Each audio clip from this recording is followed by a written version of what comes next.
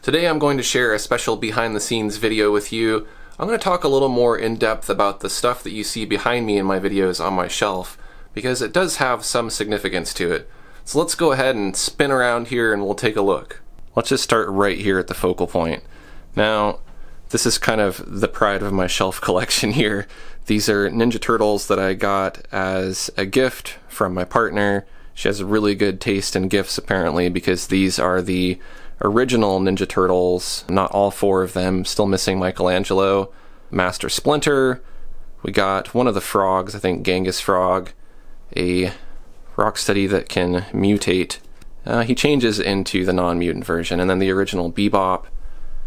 And then we got a version of Michelangelo, and then a weird version of Donatello and Jim Morrison.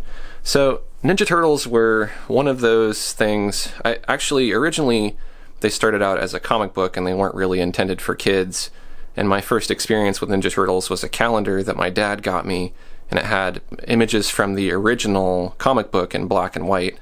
So that's how I got into them. And of course around that time they also decided to make it into a kid's toy and a cartoon and all that stuff, so then it appealed to me even more. So I have a lot of fond memories about Ninja Turtles, and I played with toys like this a lot. I'd come up with stories and scenarios, and I think stuff like that really helped to build my imagination. That helps me come up with ideas now, because I built that foundation in my mind. So the toys and a lot of the other stuff on the shelf really helped to develop that artistic mind. There's not a very good posing doll here. These are really not that great for posing. They're not accurate, but you know, it gives you an idea of the basic forms of the body. You can tell I don't really use it for anything other than just having it as a display piece, because it's not all that useful. There's much better ways to get a pose nowadays. We have the original pen from, this was probably like maybe my second drawing tablet, and it was a 9x12 inch UC Logic tablet. You can see I really wore down this pen. There's the rubber grip that used to be on there is worn away. There's little screws that fell out of it. Can you imagine drawing so much with a pen that a little tiny screw unscrews itself? You know how long it takes for that to happen? So these are cheap pens. They fall apart, they take batteries, but you know what? I got a lot of work done with this particular pen and that particular tablet. And then we have my very first drawing tablet, one of my very first digital art experiences, if not the first. And this is a VTech video painter. I actually have a review you can watch about it. But I plugged this thing into my VCR and I made digital art with it. I didn't at the time know that digital art was even a thing. So I got one of these off of eBay last year, and it's pretty awesome. I've done some drawing with it. I hope to do more. So we'll move on over to the left a little bit. We got Egon from the Ghostbusters. And this was a particular series of action figures that kind of freaked out. They did different scare things. Now, Egon was one of my favorite Ghostbusters. I kind of like them all. I guess there's not really a Ghostbuster I don't like. But Ghostbusters, again, these are toys that I played with. I imagined myself as a Ghostbuster. I imagine things that are outside of everyday normal life. And that's how you build your imagination. Your imagination's a muscle. Now, if you're not a kid anymore, if you wanted to, you could go back and play with toys and play video games and do stuff like that, but there's lots of adult things you can do, like reading books. You could write stories. There's all kinds of different things you could do. But what's important is that you continue to build and develop your imagination. And if you have kids, encourage them to play with toys, encourage them to make art, encourage them to do things that build their imagination, because that's really important. My parents really, really encouraged me to do all of this stuff. And look how I turned out. So there you go.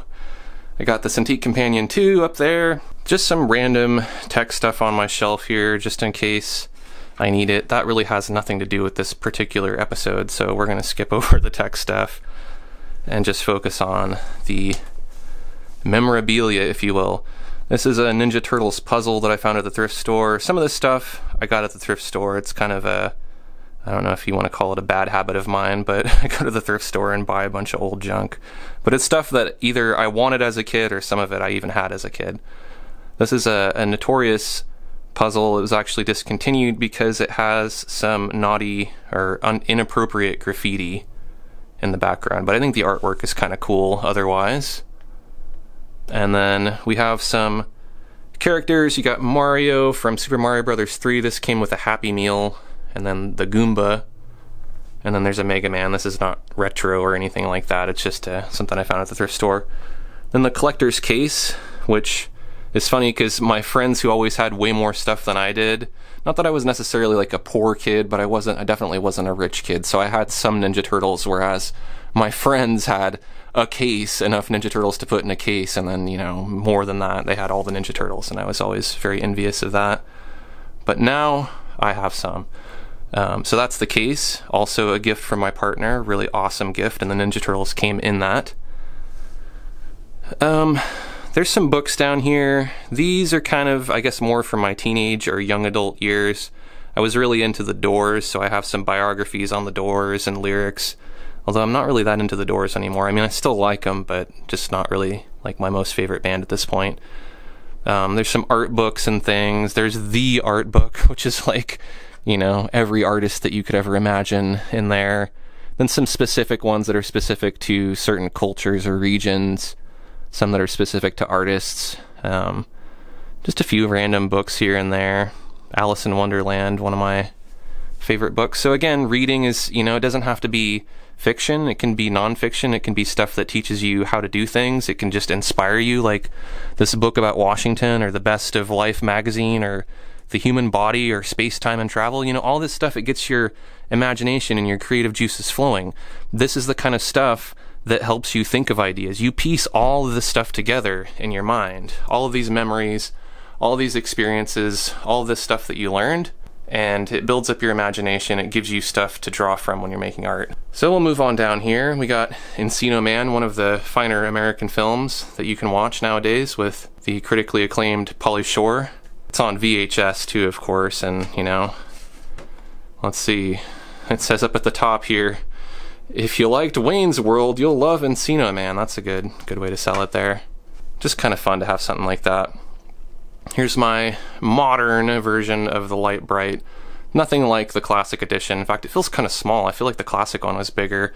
This, in a way, kind of a digital art experience early on. And, you know, it is digital in the sense that it's electronic, but you're making the art in an analog way where you're putting these little pins in. But guess what?